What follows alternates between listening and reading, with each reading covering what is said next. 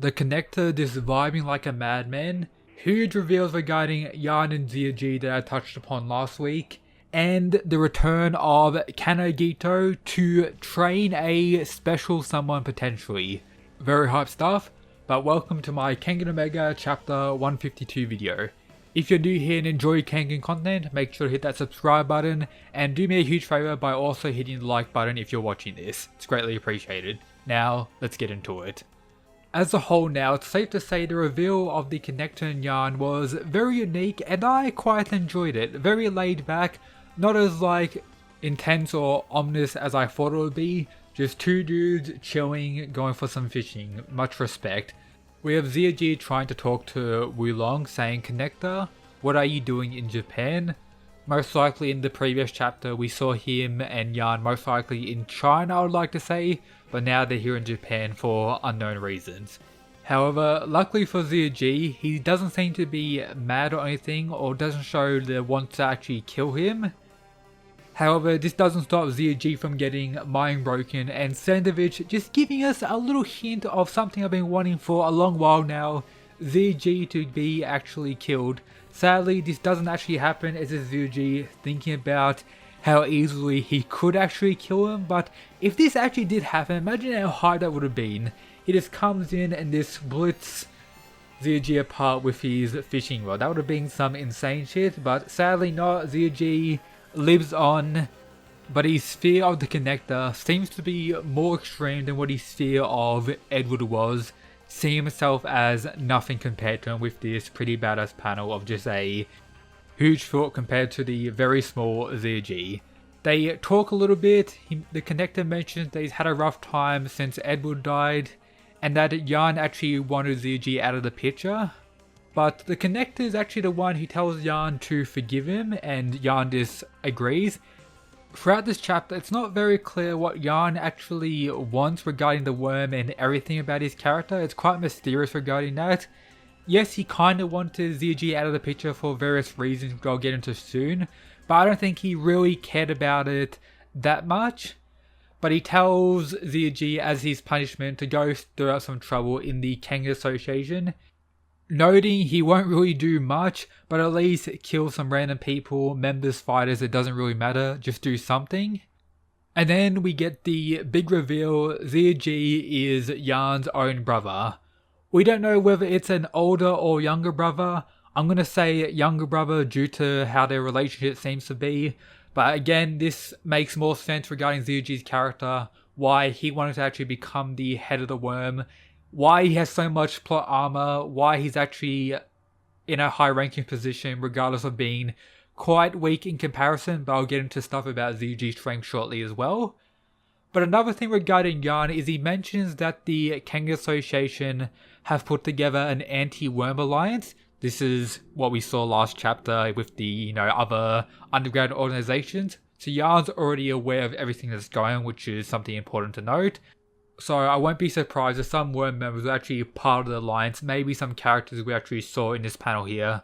Maybe one of them could be part of Worm, giving Yan some information, which may result in all of them being killed at some point. So I said it here first, we'll have to wait to the future. We see Ziyagi raging a little bit, saying you've messed with me for the last time, and that he's going to take down the whole Kengan Association, no problem. I'm guessing Ziyagi is going to form a new team and try to take them out. It's going to be interesting to see how he does that. But before we actually cut away from these people, we have Yan giving his two direct subordinates, the two big guys who actually collected Ziyagi, new names. So Ogi and Tenjin, alright. These guys, even though they're the same rank as Naden, don't have that insane drip. So I don't think these two are going to last very long, also considering what we learned of shortly. But their mission is to kill Ziyagi if he tries to make a break forward. But before continuing, we have the connector questioning Yan whether he's sure about this. His response, yes, I'm sure, the worm is the most infamous evil organization in the world, they have plenty of followers, and that their goal has been accomplished. The worm in its current form can cease to exist at any time. So this does make me question of what Yan is currently planning to do. He states the worm's goal is complete, they're the most evil organization, They have followers all around the world to continue doing crazy stuff. So what is his current aim and motive? We have no idea about that. And then we have something else interesting from Yarn. He says, we're talking about destroying the organization for you. This is talking directly to the connector. Shouldn't you show at least a little concern? So the organization they're talking about in this situation, I guess, is the Kengan Association, consider they told ZG to go destroy them. So the connector at some point, it seems like, wanted to destroy the Kengan Association himself. Meaning he most likely has some beef with them somewhat that we don't know about. Unless they're talking about the worm in this situation, but the way they're talking about it and the connector kind of changing the subject does make me feel as though he has some unknown beef with them that we haven't really been explored, and he as well has been very mysterious these few chapters, just be vibing. We don't really learn too much about him except for the fact that he's immensely strong based on, implications. The connector's only concern is that ZG will most likely kill one of the direct subordinates, or maybe both of them. And Yarn agrees, you're exactly right, and that's why he's a pain in the ass to deal with. So again, ZG is extremely dangerous. They call him a dragon that should have been born a rat. My guess, based on this chapter and everything said here, is that ZG has some insane potential that I guess only comes out when he's at the brink of death, like how he was able to escape Joji and Koichi without them noticing, with them being very strong in their own regard. And now Yarn and the connector giving ZG some respect, the most respect we've really seen in the whole series. Very surprising considering how they pretty much viewed him as nothing when he was around, but the second he's gone, they're talking about him being a dragon, gonna kill these, high-ranking Naden tier worms, everything like that. So yeah, ZG is on the rise and is truly the new rising god of the Kenganverse. Not too sure how I feel about that, but I guess it's just going to happen, so I might as well begin supporting ZG. Our boy, the rising rat, has got this.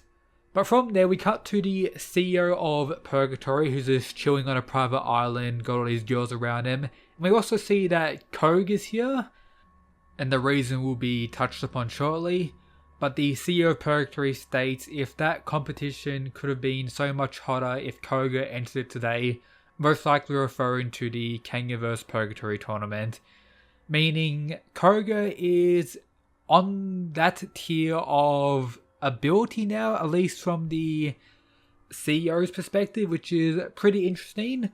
But Kogue is here to most likely train with a special someone. Our boy Kanogito has returned, looking absolutely fire. His scar on his forehead from Kuroki Gensai from like 4 or however many years ago is even small now. So it seems like Kanogito is going to be training Koga. Now the question we have, in what? I personally don't think it will be formless. Maybe some other this random techniques that Kanogito knows, like some random Nikkei style techniques, or the other stuff he knows. But if I had to guess, it's most likely in pre-initiative. During Koga's fight with Konkoro, we saw him use post-initiative, I believe, or one of the inferior versions. So Kanogito is most likely going to help train up his pre-initiative, allow him to potentially unlock it, and more so focus on enhancing his fist eye ability with his other abilities. It's an all-around big buff, more so focusing on that rather than teaching him something crazy like Formless, which most likely requires like some extreme circumstances, like how the Tiger Nico trained Kanogito, Lucia, and all the others who died. And I personally believe Kano as a trainer will most likely be absolutely beastly, potentially the best trainer for Koga so far. I personally thought Kanogito would end up training Garuki at one point due to one specific panel of him being worried or questioning whether Garuki saw his fight. But I guess not, he's going to be training Koga, which is going to be pretty cool. So Koga is definitely going to get that huge buff now.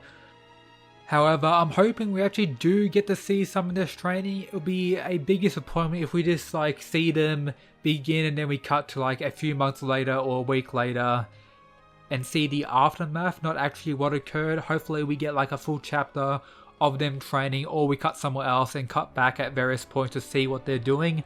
Hopefully that is the case. Hopefully the pacing slowed down a little bit for this part. I really want to see this, but I won't be surprised if we do just cut the training altogether and we just see the aftermath, how much Koga has improved. But I'm not sure what next chapter is going to showcase. If it isn't this training, I think we're done with the connector and yarn for a little bit. ZG will most likely be working on other stuff. Maybe we'll see what Oma's up to potentially, or some other characters being reintroduced since the time skip. But I enjoyed this chapter, interesting stuff, ZG, the Rising Goat, Kanagita return, always hyped. And yeah, I enjoyed it. If you haven't already, check out these videos on screen now, it would be greatly appreciated. Also the other stuff in the description as shown here, and as always, shout out to these mad lads who support the channel via the Patreon. But yep, that's it guys, peace.